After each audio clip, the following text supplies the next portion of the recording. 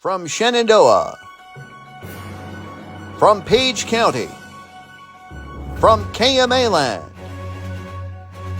this is KMA News Headlines.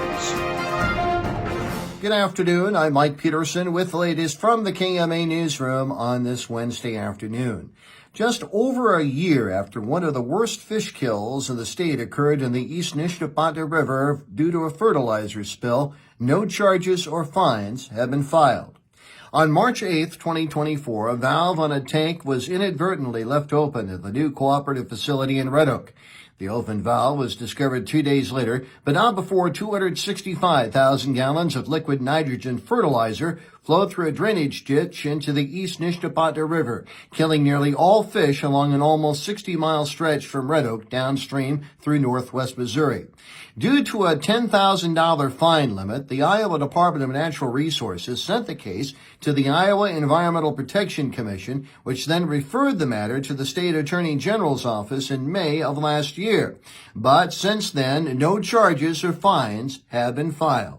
Adams County native and former Drake University Ag Law professor Neil Hamilton was among a group of citizens that met in Red Oak earlier this month to discuss the lack of action. Probably the reaction of most Iowans is, what's taking so long, and why is there apparently no action? It's been sitting in the Attorney General's office since May, a year ago, so 10 months. The spill happened a year ago, one of the largest spills in the history of the state. Of course, people in your listening area certainly know the impact that it had on the river, and, it's a real surprise, I think, to most people that there's just been crickets.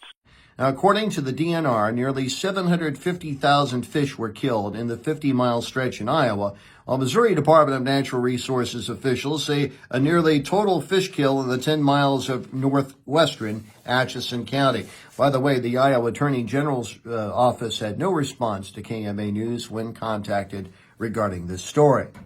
Low water levels are still a concern in Shenandoah. As a result, the Shenandoah City Council Tuesday night unanimously rejected a request for a temporary exclusion to Chapter 93 of the city's Water Conservation Ordinance. Council members denied the request of a resident at 510 East Pioneer for watering plants, trees, and sod for a landscaping project.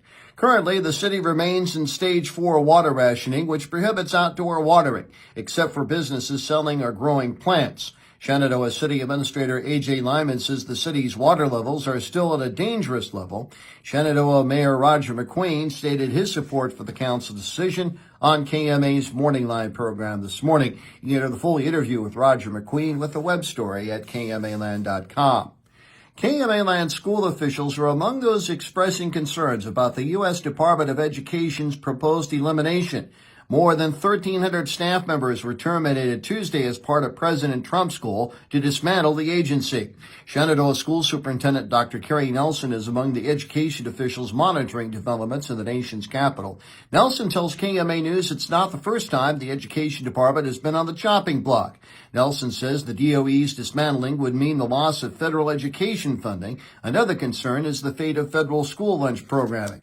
And U.S. Senator Chuck Grassley is among supporters of the Department of Justice initiating an investigation into major egg producers for climbing prices across the country.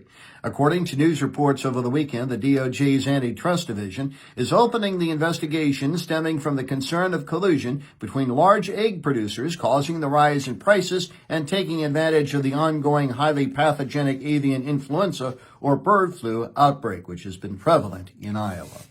KMA on-track weather, mostly sunny this afternoon, highs in the low 70s, mostly cloudy tonight, then clearing, low of around 40. More news at 5:05 and 6:05 this evening and online at KMAland.com. For KMA News, I'm Mike Peterson. So long, my friend.